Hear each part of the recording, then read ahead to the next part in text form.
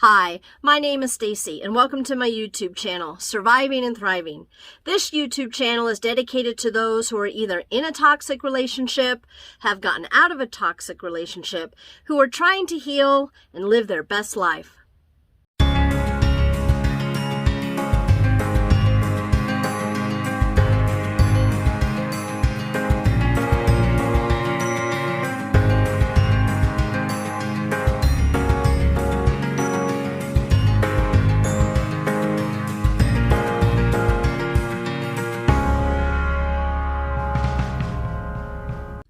Hi, welcome back. Today's video, how to know you're in a toxic relationship. Now, I do want to preface this by saying I'm not a licensed therapist, but I do believe the experiences that I've had in the situations in my past could potentially help others out there who are in similar situations. Now, I've had friends and others come to me asking me if I think that they're in a toxic relationship. And I think that we get into situations where we second guess ourselves because of the abuse that's gone on, that emotional and mental abuse. It really leaves us second guessing whether the reality that we think is reality is really the reality. Sometimes we become conditioned. It's nice to reach out to others, and I think that it's great that we're drawing attention to what narcissistic personality disorder is, or NPD. I think that it's opening our eyes to a certain type of personality disorder that is very toxic. In my videos, I like to talk more about toxic as opposed to labeling something just narcissistic, because there are other types of personality disorders out there that have the same characteristics, and I don't want to label everything as narcissistic. So I just kind of wanted to say that right now. Today, I'm going to go over 30 characteristics that point to a toxic person, or to help you realize if you're in a toxic relationship. You may see most, if not all, of these characteristics in the relationship that you're in currently. Now, I did write these down so I don't forget, because there is 30 of them. And what I did was compile all the research that I've done, because there was a time in my life about 5 or so years ago when I found myself in a relationship and I was second guessing myself. Was I really in an abusive and toxic situation? Was it something that I needed to be concerned about, or was it just in my imagination? Because that was something that I was conditioned to think, that everything was my fault, and that the reality wasn't the reality that my ex wanted to paint for me. So number one, they like to talk a lot, and they fish for admiration. They kind of steal the conversation. If you're talking with them, you can't get a word in edgewise. And if you try to talk about something that maybe happened in your day or something that you want to share with them, they very quickly bring it around to talk more about themselves. Number two, not interested in your hobbies or interests. They may pretend to be interested in the beginning, especially when they're in that love bomb phase and they're trying to make you believe that they're a great person and they're the right person for you. But as time goes on, you're going to see that they're not going to be interested when you talk about things that interest you. They're not going to want to show up for different activities or support you in those activities. And that's something that's, not normal in a healthy relationship. In a healthy relationship, partners want to be together and supporting each other in the things that they do, and they're interested in them genuinely. Number three, lack of empathy. This is a big one, especially for, narcissism. Somebody might say to you, gee, I'm really sorry about that, or how can I help you? Like, that is something that doesn't even come to the forefront of their mind. If they're yelling at you, or they make you upset, and they see that you're crying, or some situation has made you upset, they're not one to come and hug you and hold you and say, hey, it's going to be okay. They're kind of unemotional, and they really can't put themselves in your shoes. Number four, bragging and over-exaggerating to others. And this is something that they do to gain, again, validation. They really have a need to feel good about themselves, so they'll overinflate situations and brag to other people because they want to be seen as important. Mainly because their internal self doesn't feel that they are important because of maybe childhood traumas, how they were raised, the experiences that they've had in their lives. They don't have a lot of confidence and self-worth, so they really feel that they need to brag about things.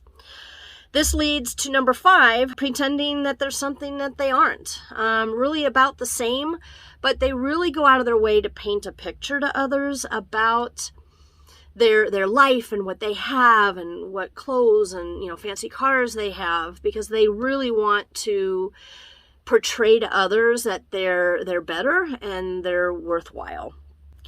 Number 6, little to no follow through. Maybe they've promised they were going to do something for you. Could it be simple as, you know, hey hun, can you put the clothes in the dryer today? And they're home all day, and you know, that should be a simple thing to do. Or they even come to you and say, hey, I'm gonna go run this errand for you. What you'll quickly find out is that they don't follow through. They'll say that to make you feel that they're interested, but when it comes down to it at the end of the day, they really don't care about helping you in the things that you've got going on. Number 8, moving the relationship really fast. It'll seem like everything's perfect, but them wanting to move the relationship really fast is really for their own benefit, so that they can get you locked down in that relationship as soon as possible so that they can start manipulating and using you for what they want. Number 9, isolating you. They'll do this to keep you away so that they can gain more control over you. Think about it. If you're telling your friends and family the things that are going on in the relationship, the friends and family are probably gonna point out to you that, hey, that's not healthy, that's not cool, that shouldn't be happening, you shouldn't be letting that happen. And that will get you to think about, maybe they're right. Maybe I should get out of this relationship. And that's exactly what a toxic person or a narcissist doesn't want. They want to keep you for as long as possible, to have you in their life, to get control over you, to get the things done in their life, and to get what we call supply. Narcissists specifically use people to gain supply, and supply just means that you are giving them the self-worth and admiration and attention that normally they maybe haven't gotten in their life until then or in their childhood. And so they are using you and your feelings and manipulating you and making you feel bad just so that they can feel better about themselves. Now, supply is another whole video that I'll go into later, so I'm not going to go into it a whole lot right now. But if you're feeling that your relationship that you're in, that person is isolating you, not wanting or letting you, hang around your friends, they move you far away, they don't want them to come over, they don't want you to go over with them, that is a red flag. Number 10. Little to no tenderness. They're not going to be that touchy-feely, tender kind of person. 11. Can't take criticism. Oh, no how, no way.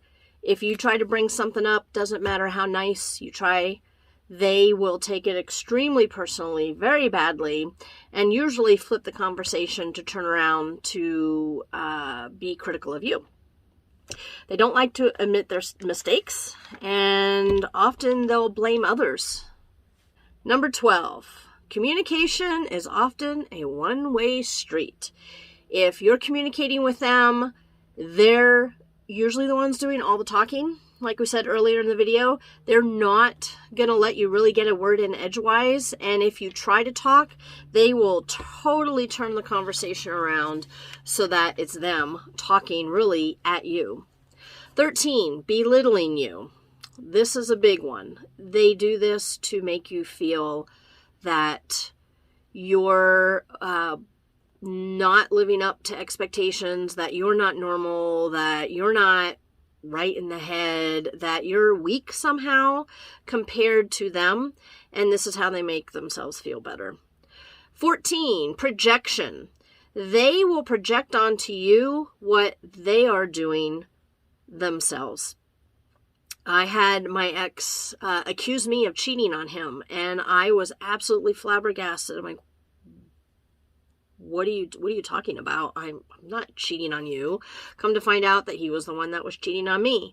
And through all of the research that I've done, I found out that projection is something that they will do to kind of get the focus off of them, and they will start accusing you of things to kind of get you off of kilter, especially if they think that you're on to them. They kind of do a preemptive strike that way. 14, they don't acknowledge your success. They can't handle that you're doing something that's better than them or cooler than them, or that you're getting accolades from other people. They either won't really participate in that activity or the conversation about whatever it is that you've been successful in. Say you're getting an award, they maybe won't go with you to the award ceremony. Or if they go, they're going to act disgruntled and not act very pleasant. They often will try to say things to tear down what it is that you've had success in, to belittle it in their eyes so that it makes them feel better. Number 16, cheating. And they feel that they're justified to cheat. They feel that they can do that, but of course you couldn't do that. But a lot of toxic relationships, the person that is the toxic person feels that it's totally okay to cheat. 17, they lie. And boy, they lie about everything. They'll even lie about things that don't even need to have a lie made about it. It could be the simplest thing, like what they wore yesterday or what they ate for breakfast. It really doesn't make sense half the time, but they usually are chronic liars. Number 18, they don't like being told no. So they may ask you to run an errand for them, and if you say you can't, oh my gosh, all heck is going to break loose. But boy, if you need them to do something, like we said before, they're probably not going to do it. 19, overreacting to the littlest thing. So you could maybe forget to mail a letter for them, and they will overreact like you slap them in the face. 20, must do things their way. And that's just the issue of control. If they have an idea of how something should be done, then they will not entertain any other ideas about how you think it should be done, or even compromising. It is their way or the highway. 21, black and white thinkers, which kind of goes along with 20. They don't understand a common ground or anything that could be gray. Everything is black and white. 22, very entitled. They think that they can break the rules, that the rules don't apply to them, and they can do whatever they want. 23, criticize what you do, and they criticize a lot. They can criticize what you wear, what you say, how you look, how you drive. I mean, it could be literally anything. They will have to criticize it to the negative about how you're not doing it right or doing it the way they think it should be done. 24, gaslighting. Now, gaslighting is something I will make a separate video on later.